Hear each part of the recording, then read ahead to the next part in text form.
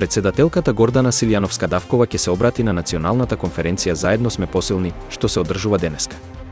Настанот има за цел да ги зајакне соработката и солидарноста меѓу различни сектори во општеството. Конференцијата ќе собере представници од институции, граѓански организации и експерти, кои ќе дискутираат за заедничките предизвици и можности.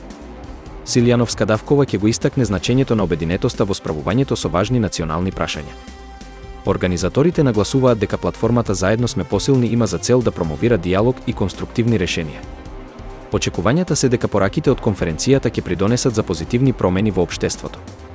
Обраќањето на председателката доаѓа во клучен момент за земјата, кога многу области бараат подобра координација и соработка. Мартовскиот конкурс за студентски оброк е веќе отворен, а финансиската поддршка останува иста – 140 денари дневно. Оваа мерка е наменета за студентите кои ги исполнуваат критериумите и се пријавуваат преку официјалната платформа. Средствата се обезбедуваат со цел да им се помогне на студентите во покривање на дел од трошоците за исхрана.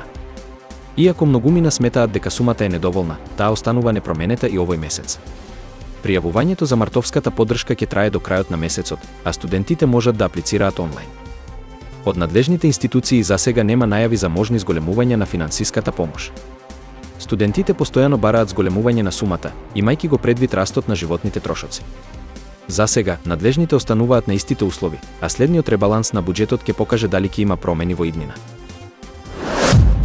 Десетици илјади луѓе се собраа во центарот на Ниш на протестот Студентски едикт, кој траеше 18 часа. Студентите побараа подобри услови за образование, транспарентност во финансирањето на универзитетите и повисоки стипендии.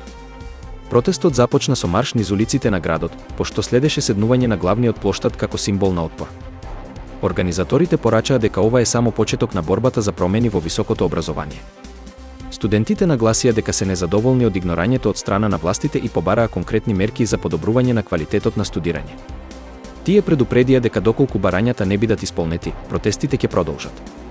Иако собирот беше масовен, немаше инциденти, а демонстрантите останаа на улиците до доцна во ноќта. Властите засега не дале официјален одговор на нивните барања. Францускиот председател Емануел Макрон изјави дека европските земји мора да ги зголемат одбранбените трошоци за да бидат посилно подготвени за идните предизвици. Тој нагласи дека Европа не смее да биде зависна од други за својата безбедност.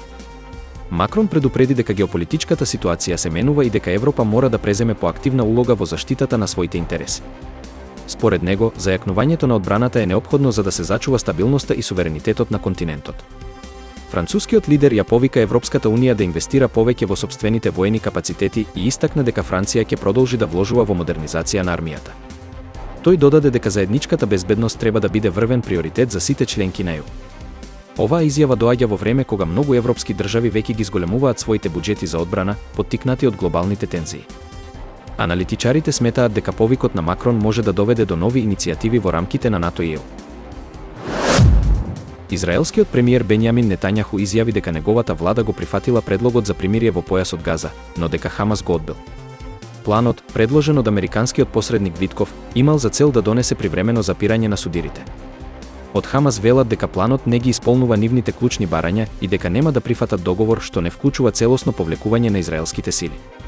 Палестинската група бара и постојан прекин на огнот и ослободување на сите заробеници. Израелските власти тврдат дека нивната воена операција ќе продолжи се додека не се гарантира безбедноста на нивните граѓани. Според Нетањаху, одбивањето на примирието е уште еден доказ дека Хамас не сака мир, туку продолжување на конфликтот. Во меѓувреме, ситуацијата во Газа останува критична, со зголемен број жртви и хуманитарна криза. Меѓународната заедница продолжува да врши притисок за дипломатско решение, но судирите не покажуваат знаци на смирување во скоро време.